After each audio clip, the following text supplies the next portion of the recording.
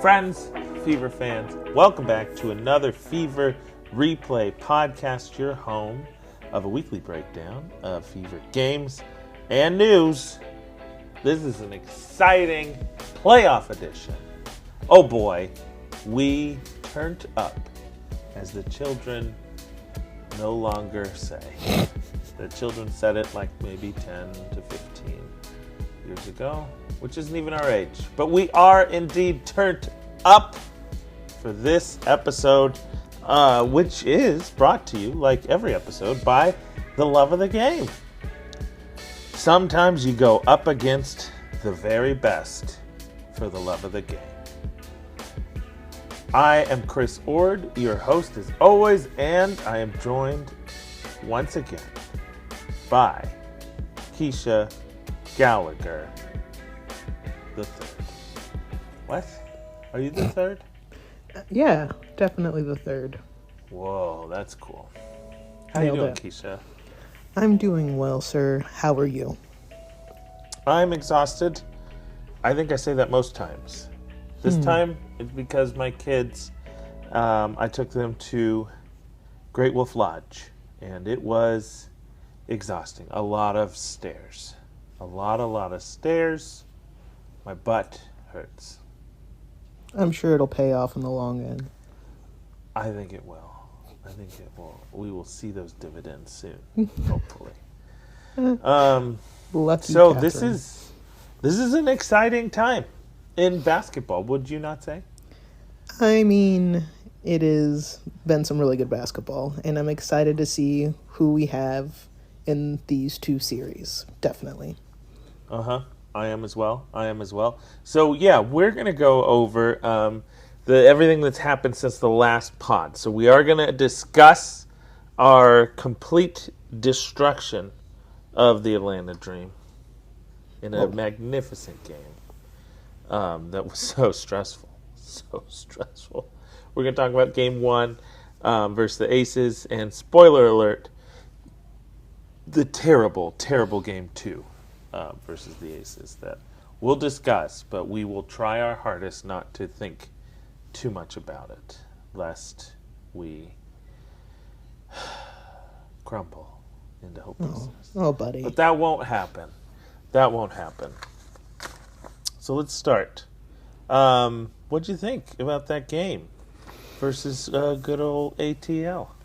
I mean, our best friends, our neighbors, ATL, so good to see them again. I feel like we didn't see them enough, so that was fantastic. True.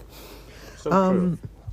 It is interesting, though, because as we have mentioned many times, there has been a lot of games against the Dream, and a lot of fun rivalry moments. There's a lot of good competition happening, and I think these finals have shown us that the top 8 teams really were incredible, and they deserve to be there. I think people had a lot of doubts that the Fever could possibly give the Dream a run for their money, but time and time again, we see this happen where the puzzle pieces just fit together. They didn't have really any answers for them. That first game for the Dream, they did really show why everyone thought they were a contender for maybe the finals. They played beautifully. Everyone looked great. The Fever still had a good game. They just could not catch up. We did see in that instance what people had thought the rest of the series was going to look like. The Dream just playing really well and dominating. But then Game 2 happened, and people really saw what makes the Fever special. And it's not because they have some incredible superstar that is being carried in and is injured on the bench. It's because these women have come together and figured out how to play basketball so well. So much adversity, and we still see people stepping up, whether it's Kelsey Mitchell time and time again, Aaliyah Boston, Natasha Howard, Lexi Hull. The whole team is pushing forward because they believe in themselves. And then we get to this final game against the Dream, and it was like watching a team that is very good. The Dream are a great team, but they imploded. Fantastic team. They could not figure out how to stop the Fever. They could not figure it out, and I I do love both of these teams, but I do think the better team figured it out and won that series. I agree. Like, I think I realized it, I think, at the same time that the Dream were realizing it as well. Because there's been a lot of woe is me on this podcast, on TV, everywhere, even from their own team. There's been a lot of like, wow, look at how much we've faced. Like I shared on my personal Insta, one of the members posted a thing like, 6 injured players, this many playoff wins or something. It was pretty cool. I was like, yeah, that's so awesome. But the thing I didn't realize, and I feel like me and the Atlanta Dream realized it in the third quarter of that final game, was that these are not the women on the court for the Fever are not simply the women that are left on the team. Mm-hmm. These are the women that survived this season. Mm-hmm. It was a crazy season where they've been pushed through so much. And the women that are still standing are not going to be knocked down. Like, they've been through it. They've been asked to step up a million times. They've been asked to change roles a million times, to bring how many different point guards in there. And now they're all, like, ready. They're like, yeah, you want me to run the offense? Fine, I could do it. I'll do it this time, you do it next time. We all know what we're doing. We know how to shift. We know exactly what to do. You're like, oh, you're shutting down AB? Don't worry. We're fine. We'll be over here doing this, Oh, you're going to give, like, the slightest inch of room. Kelsey Mitchell's going to dive in there and just get an easy 2. And then you guys will have to figure out how to get by our defense again. How's that sound? Exhausting? Yeah, guess what? We're going to do it for the rest of the game, and you're not going to stop us. And I feel like we also, we're not experts. We just love basketball. That's kind of the whole point of this. But we called it perfect, I think, on our last pod, when it was like one of the main things was staying out of foul trouble, and continuing to run right up their gut and challenge them to stop us. Those 2 points were like exactly right. Mm-hmm. Because they thought they could just outmuscle us, and it was not happening. No. Not in this world was it happening. And they just simply ran out of fouls in that game. Like, all of a sudden, all their starters were in foul trouble, and they had to start playing us a little softer, and they just had no way back into the game. Meanwhile, like, all of our role players had been the ones playing tough defense. And so they, like, called the foul on Kelsey Mitchell, and it was like, oh, this is her second. And it was in the fourth. I'm like, second? This is insane. Like, she can just play up on everybody now. Like, they can just play harder and harder.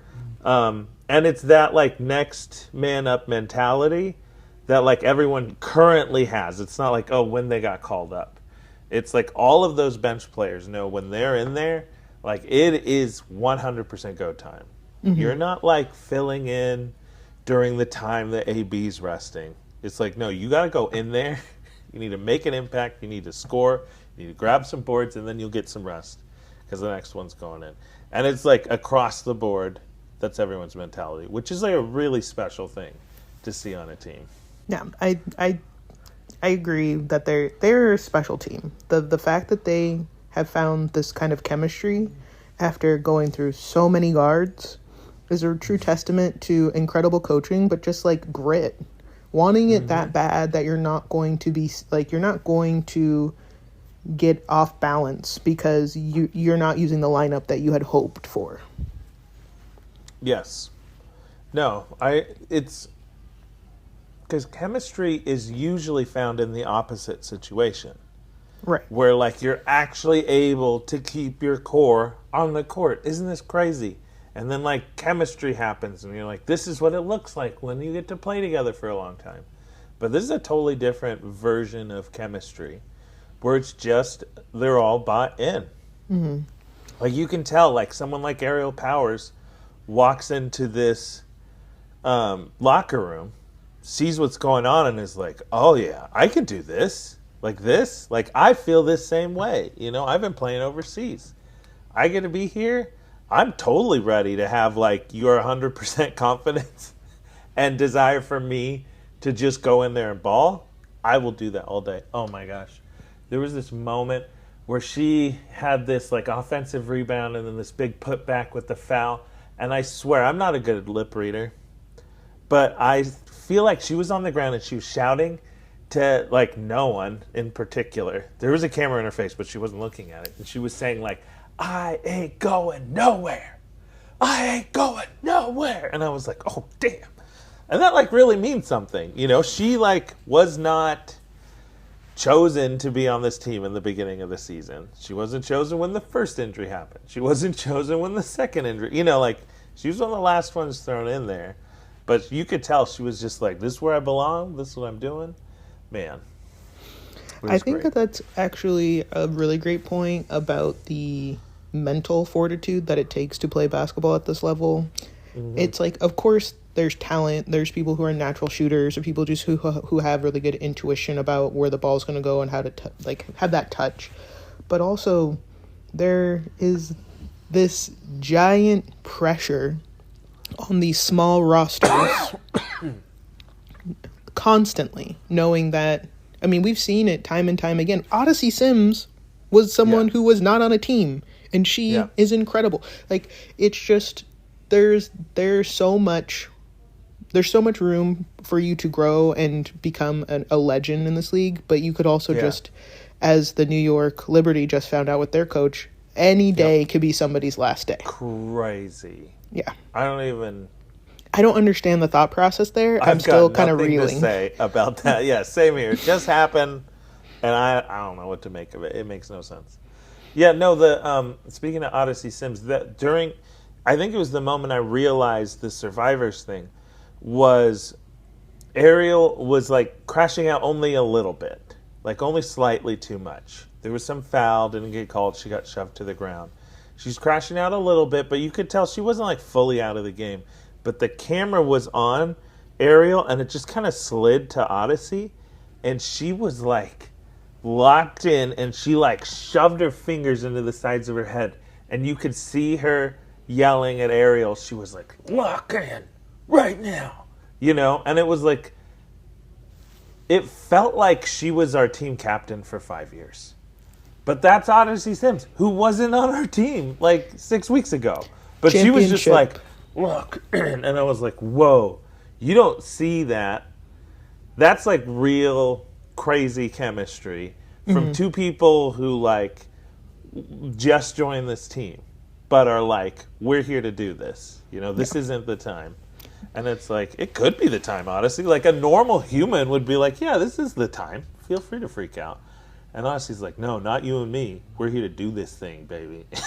I know that there's a championship mentality that I think some people really fall into when the game is on the line. And it's not to say that Atlanta was not great, but sometimes you meet those hurdles and you clear them successfully, and other times you stumble. And I think Atlanta just continued to stumble over and over and over again. Mm-hmm. But I forget this. Ariel Powers was on Atlanta last year. There definitely was a little more for her in that series. And I know Odyssey Sims feels like she's been on this team for years and has this incredible vision already. But I mean, her partnership with Kelsey Mitchell and what they're able to do for each other when they're on the court at the same time. I just feel like that is what a duo. The pairing there has been really impressive to see. Absolutely. Gosh, yeah. And so all of this carried into game one, right? Mm-hmm. And I was already feeling pretty deflated in the morning when they announced, that Asia Wilson is the MVP. Like, okay, I think we all saw that coming. She had an insane end to the season. She's fantastic. She was in the running for it the second the season started because she's Asia Wilson. She's at the very peak of, like, her abilities currently. She's insane. So, it wasn't, like, a shock, but, like, I was like, seriously, the morning we're playing? Like, this is a big deal. And then they switched the commentators, and we lost Lobo, and we have these people that were just talking about the Aces. They were like literally cheering them on. on the broadcast. I was upset that was Lobo. So frustrating. I was upset that Lobo wasn't there as well. I did not care for that. No, so that was terrible. But that game 1 was incredible. As good as the Atlanta game was, to move on, to come into their house on this day where they're like crowning their queen, and to just like sock them in the face, and them just like they're absolutely reeling. Like that whole game, it was a tough game. It wasn't like it was a given the whole time. But they did not expect that. They did not expect us to come in that hard. And they had no response. And even, Asia did not have a good game. Like, afterwards they talked about the game plan was, yes, she's the best currently alive. None of us can stop her. Let's just all commit to making everything she does tough. I think is a fantastic game plan, and one that, like, from top to bottom, we did. Like, nothing she was doing was allowed to be easy. The second she got the ball, there's somebody. She's crossing through the lane, somebody's bumping her. Like, just not letting her be in rhythm was super, super effective and looked really good. Yeah, whatever the game plan was, it was executed to perfection, clearly. We do have to acknowledge Asia Wilson is, yes, the greatest player who is currently playing right now. 4-time MVP. Unreal. I think she really sealed it with the 30-20 game. Yeah. I can't, those numbers were insane. But I do want to tip my hat to... average a double-double is insane. It's insane. She is phenomenal. She's one of one for sure. But I do feel like we have to tip our hats to Collier for doing the craziest stat line, the dream of the 50-40-90. That's crazy. Can't believe you don't get MVP when you have that stat line on a season. Right? How do you not? The answer is Asia Wilson. Asia Wilson. That's how you not. And the same to Kelsey, our beloved Kelsey Mitchell, who I'm not trying to start playing fires, out of her but mind. Maybe the best season she's ever had. Easily the best player on the team right now. She's just so clutch. Yeah, if it was like an MVP combined with most improved, like she would blow everyone out. Yeah. Like if it was like a quotient of how good you were last year to how good you are this year, it was like, no way. She's just phenomenal, and I'm glad that we continue to see her still crushing on. I mean, the way she played in that first game, insane. What she was doing was wild. I always find myself saying I can't believe it, and it's not because I don't doubt her talent, but it's just like it is literally shocking to see someone play so well, so many games, so many times like that. So many good decisions being made. She's like so clever. When to toss it off, when to hand it off, when to go. She will take these shots in the tiniest of windows, but they don't look like gambles. When she takes that tiny window shot, it was a good shot. It was usually a great shot that she's taking. And you have to take those great shots, And then on the other end of it, she'll be just like dribbling at the top of the key, looking around, like doing point guard stuff. And then she just turns on a dime and sprints past 3 people, and it's just easiest layup in the world. And she did it like, it's so demoralizing. You have like a whole team. They're all set up. They're all locked in. And then she's like, like the tiniest sliver of daylight. Gone. Here you go. Here's your ball back. See you next time. But yeah, I mean, it was a great first game. Kelsey was incredible. The team played really well. And I feel like, it was just like there was a plan and they executed it. That first game was great. And I do want to hold on to that greatness. That second game was not so great. Oh, we're already doing it. Okay. If you still had things you wanted to talk about in the first game, we can. We kind of said a lot of good stuff. Oh, one last thing before we go into the darkness. We've kind of already talked about it, but Bree Turner. Oh my goodness! So in talented. Both the closeout Atlanta game and in Game 1 of the Aces, she was like basically the main person in charge of covering Asia Wilson. She is insane. Her ability to play up, like they were talking about it on the Atlanta game where they're like, oh, Bree, used to be on the same team as Griner.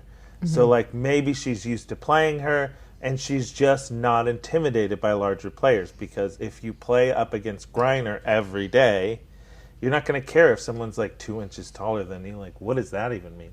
And I was like, oh, I get that. That makes a lot of sense. But then to carry it over and to be able to like play tough against Asia Wilson, like, it wasn't like she was locking her down. No one was asking Brie to lock her down. But to just be like a legitimate like opposition, to actually make Asia have to work hard, and like, oh my gosh, and it just can't be overstated. Like, even you and I were done with Brie all year long. Where like she didn't show us anything, you know, and in spite of all of that, just like step up to the plate and be like, "You need me? You got me, baby." You know, like it's just that whole mentality we've been talking about. Yeah, and. Yeah, and it clearly wasn't as effective in Game 2. But in those other 2 games without Brie Turner, they don't look like that. Well, that's like, also, it's not to say that she wasn't a good player. It was just there are some seasons where great players do not show up, and she's showing up big time when it matters most. And I think that it's unfortunate that there are so many things she was doing defensively that don't show up in a stat line, so she may not get that recognition, but her teammates know what she brought to the table. Indiana knows what she's capable of, and she has a long career ahead of her. I think she just needs to get... It's like, who is she going to play over, though? She just needs more time. She needs more experience, you know? I'm sure she's incredible in practice, and obviously she's had a lot of really big greats working with her to get her to that place. So she's not afraid of Griner. She's not afraid of Asia, but she needs that time. But I don't know if I'm going to put her in above Aaliyah Boston or Natasha Howard. That's what's tough. That's why I feel like she's such a great fit on a team like... the Fever, who are clearly they're willing in the tightest of competition to completely empty their bench. Like, we do a full rotation of like our full roster in really important games where a lot of people would tighten up that rotation. So she really shines in a scheme like this where you 100% rely on your backups, not just to like, you know, fill in the blanks, but to be like, no, you're out there, you got to do your thing. Right. Which is really cool. Yeah, because I don't think she's ready to start it. I don't know, but she's great. Like, you know, I've doubted her before, so I guess I'll just keep doubting her because it's good for her. Yeah, she loves when we doubt her. She's great at it. Okay, maybe she doesn't. Now I feel bad. She probably doesn't. We don't really doubt her. We appreciate her. She's great. Yeah, I did doubt her earlier. Like, full props. Full doubt early. I was like, get rid of her for Aerie. I think we can listen back. And I 100% said that. Okay, let's go into the Valley of Darkness. Game 2. For a second, when you said the Valley, I was like, oh, you want me to talk about Phoenix's game? Because I would love to, but never mind. You didn't mean that Valley. Is that a thing you guys talk about? Yeah, Valley, and that overtime win against Minnesota. I know this isn't a Phoenix podcast, but I was screaming with joy. I thought I was going to lose my voice. But anyway, to the tragedy that was the loss against the Aces. I mean, the officiating in that game was not the reason they lost, but it made it very difficult to watch. I did not like what I'm so confused on so many things about the amount of time that was wasted on calls that I felt were ticky-tacky and soft. It just was it honestly was a bad game for the Fever. There were a couple of moments in some of the quarters where I thought, okay, maybe we're figuring it out, but it just seemed like they struggled from start to finish. Yeah. I mean, I think there's something to be said. You know, it was 2 games away against some of the toughest competition out there versus one of the best player currently living and playing. Like, it's tough. And, you know, it's been a long road through the playoffs, through the end of the season. I think we looked really tired. I think, like, Kelsey's shot looked off. You know, there were other reasons. They were absolutely determined to take away the paint from us. Yes. They said not the paint. Like, they were triple teaming. They would run man, but as soon as you touch the paint, they like switch into a zone. It was like a paint focused zone. which was very effective against us. Because that's like, we need the paint. So while we are a team that has good shooting, it's like, it's very spotty. Without Caitlin, for sure, our ability to just get clean, open looks is really difficult unless we touch the paint. If we touch the paint, then our shooting works. If we can't touch the paint, then our shooting is terrible. We just can't get open out there. I mean, Hull, what would we be without Hull in this game? Oh my goodness. She hit 5. She's having a great playoff series. I mean, wow. Yeah. Yeah, she had this comment about how, I was watching the post game with her, Aaliyah, and Coach, and she was like, recently I have been finding myself on the ground a lot. And that's interesting. It's definitely more than normal, and I'm a really aggressive player, And then Aaliyah was talking about, because they're discussing, it seemed like you guys were getting like the physical play was more on their side. And like you guys were trying to get in it, but they were like out physicaling you, And she's like, yeah, you could argue that, but you could also argue we were too physical because of all of the fouls we were playing, And she was like, I find that interesting. And I also find it interesting that all these smaller players are able to guard me without fouling. But, I'm just here to ball, she said. And then she waited for a second, and then she said, swag. Oh, I heard that. I watched it, and I was shocked. Yeah. Which, is a fantastic point. If it's clear that they were being out physically worked, but then also the refs were telling them to stop being physical, I don't know. Whatever. Well, I think it wasn't the refs. It wasn't the refs. I agree. It wasn't the refs, but sometimes the refs made it hard to come back from like a 20-point loss. They set the tone of the game, and if you're saying that I've accepted that the Aces are a more physical playing team, and I'm going to allow them to get away with more, and I have decided that the Fever are not as physical, so when you touch any player, that's a foul. I felt like that seemed to be a problem. Also, just too many fouls. I felt that game was just constantly being stopped, and I don't know. It was frustrating to watch. Well, it's frustrating when the game is. What's so hard is when the fouls, when they call any ticky-tack foul, when the bigs are beating each other up under the basket. Like, how can you do this? Or like when Hull is getting thrown across the floor, and they're like, "Get up, girl," but then you slap a wrist, and they're like, "Tweet." What? Aaliyah Boss and Asia Wilson battling down low was getting so aggressive. I kept waiting for an actual, maybe not a fist, but I thought that something was going to happen. So it's just frustrating to me as a fan of the WNBA watching the players not get the respect of having good officials. And I know it's a hard job, but these people are not doing a good job. So it's a hard job. Get better people at the job. Especially with the bigs. Like, the thing is about Asia and Aaliyah in particular, because we saw a different thing between Aaliyah and Jones, because Aaliyah is more skilled than Jones, flat out. Now, Jones is way stronger than Aaliyah, way stronger.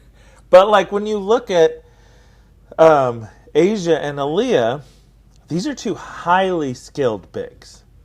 You know what I mean? They could, instead of wrestling, just be, outmaneuvering each other and be having this magnificent chess match. That would be great basketball to watch. But if the officials are going to let you, full-on wrestle each other, then you're going to have to wrestle each other. And that's not as fun to watch. And this is dangerous for them. At any moment, one of them could get really hurt. They're both extremely strong people. Yeah. I would be terrified if one of them was mad at me and in front of me. I would be terrified. You see how strong, Aaliyah Boston is so strong, and Asia Wilson's arms, I don't want any part of that. None of it. I don't want to get too caught up in the refs, because like we've said, they're a huge problem. I don't think they lost us the game. Two things that were really pointed out by Stephanie White afterwards was, one, the fast break points, and then two, the offensive rebounds. So we lost in those categories huge. She said, like, we can't just spot them 42 points and think we can win the game.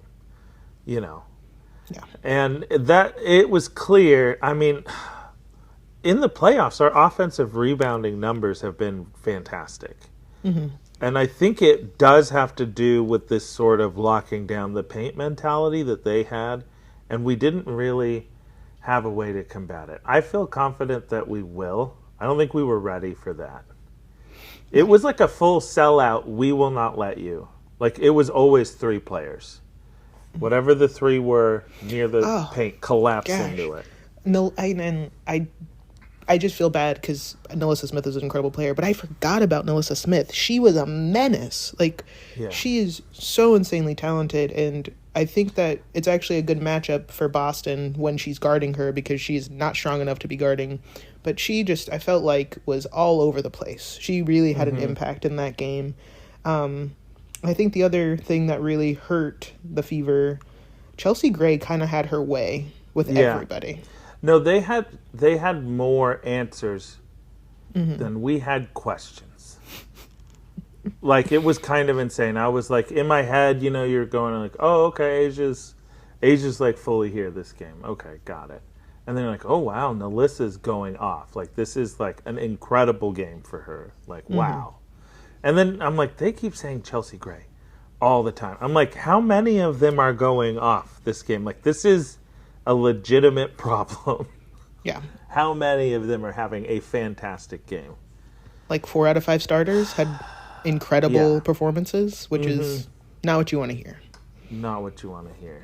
But what are we going to do to stop the greatest player and some of the, you know, best? I mean, I don't know how long Asia and Chelsea have been playing together now at this point, but I mean, that's also built-in chemistry. So I feel like what we're really looking at is chemistry versus chemistry. Who's going to be the one? Who's going to push through? Both of these teams probably think those losses were not, I mean, they expected obviously different outcomes. So what does game 3 look like? Because it's an even playing field at this point. I think if we can... I think for us, it's execution is what it is. Like, it felt like we weren't defensively doing the thing that we wanted to be doing. It felt like we were just, like, responding to what they were currently doing and not, like, doing that kind of mentality we had in the first where it was like, let's focus and as a team make things tough for Asia. You know what I mean? And then on the other end, the non-team thing, like, the problem I was seeing with Nalissa Smith is that, like, she is and isn't a good matchup for Aaliyah. Because while Aaliyah has fantastic foot speed and lateral movement, like, Nalissa's on a different level. And we need somebody like Natasha to, like, step up and be like, I can put her, like... in her place. I felt like because we don't have an option other than her. Yeah, I feel like that this was the first game where I really felt like Natasha was not present. Like, yeah, and we need her to be like that slot of like a strong, big, skilled person. That's her all day long. The second one we have is like Bree. You know what I mean? Who, like we've been saying, we love her. She's fantastic, but she's not in the same league currently. Right. Like, we would need her to play out of her mind in order to do that. But, like, we can't have Natasha disappear. Like, how our team is currently set up, she absolutely needs to. She doesn't need to be, like, the, like, tentpole person, but she needs to be, like, number 2 or 3, like, all the time. Just doing the tough stuff. Like, and I don't know exactly what she wasn't doing, but I know what I need to see her doing, if that makes sense. I mean, for me, I just felt like offensively, her, like specifically Kelsey Mitchell, insane off-the-ball movement. Usually, Natasha Howard is just constantly in motion, and the same with Lexi. And I just felt like offensively we were flat because we couldn't get it into Boston to run that offense. We couldn't get it inside to find the wide open outside shooter. It just seemed like, genuinely just a struggle. Even when it wasn't necessarily a big blowout or the gap in the score wasn't huge, there was just, at no point did I feel like they felt they were in control. Correct. Yeah, and maybe, we've done it before and she's capable of it. Maybe we need to just start with the ball in Boston's hands more often. Because then they have to respond to Boston, and then she can get it to the shooters. And then at least we're, starting it on our own terms instead of... I would like to see her more in the high post and not at the three-point line when she's getting the ball, because when she's pushed so far out, not that she can't shoot, but it's taking away from that collapsing on top of her, so it opens the shooters, because now it's just not the same impact. And it did feel like they weren't collapsing on her. Right. Until she touched the paint. So before we'd get her, in that inner wing position, and we do the slingshot maneuver. The old slingshot. Where, they weren't responding to that on purpose, I think, because they were like, no, give them all the mid-ranges. The mid-ranges are theirs. They're not getting the paint. Wow. I mean, that's a good game plan against us. Shh, don't tell anybody. Yeah, I don't like it. I don't like it. Becky, if you're listening, don't. Don't do it. Don't do it. So that's, I don't know, that's where we're at. I'm nervous. I'm scared. I feel really good. I mean, here's the thing. All day long, people are like, hey, Chris, that was a rough game, And I'm like, yes, it was. But objectively, basketball-wise, best of 5. We stole one of our away games. We punched him in the face. We took it. Now we have 2 at home with arguably the best home field advantage in the league. It's very hard to play at Gamebridge. I don't know. Maybe I'll be there on Friday. We'll see. I was gonna ask if that was gonna be a possibility for you. I don't want to talk about it because everyone listening might go. It's not a huge audience. Let's be honest. It was very cheap when I looked earlier in the season. My wife is like, if day of, it's even cheaper, then we're going. So we'll see. Because I think it's bringing all the kids. When it's I could go to any game, but it's am I leaving the kid? I should really bring the kids. That's 5 people. Goodness gracious! Just add some, Keisha. A lot to think about between now and Friday. Yeah. All right. Well, that's where we're at. I'm, honestly hopeful. Basketball wisdom would tell us that we are currently up. That's a fact. This is not a bad place to be. I know a lot of people are disappointed, but 1-1 with 2 back-to-back home games, not bad. 2-0 would have been insane. Would have been insane. Yeah, I was expecting, if I was telling the kids, if I were to bet against the Fever, it would be the game 2 after we beat game 1. Yes, that is when the Aces should win. It's really on them to win this one. And they did. So I guess what I'm trying to do is explain to myself why I shouldn't feel nervous. And I don't know that it worked. We'll see you on Friday. We'll see you on Friday. Okay, friends. Good luck out there. Be safe. I'll see you at the game on Friday. Hopefully. And you know what? I'm just going to say it officially. If I were to pick 2 teams to go to the finals, I wouldn't mind Mercury and the Fever. That would probably be the best. Even though I don't want to see Duana Bonner there. But beating her there would feel pretty good. Oh, brother. Here we go. Anyway, let's not count the Bonners before they hatch. Oh, my God. All right. We'll see you next time, friends. Bye.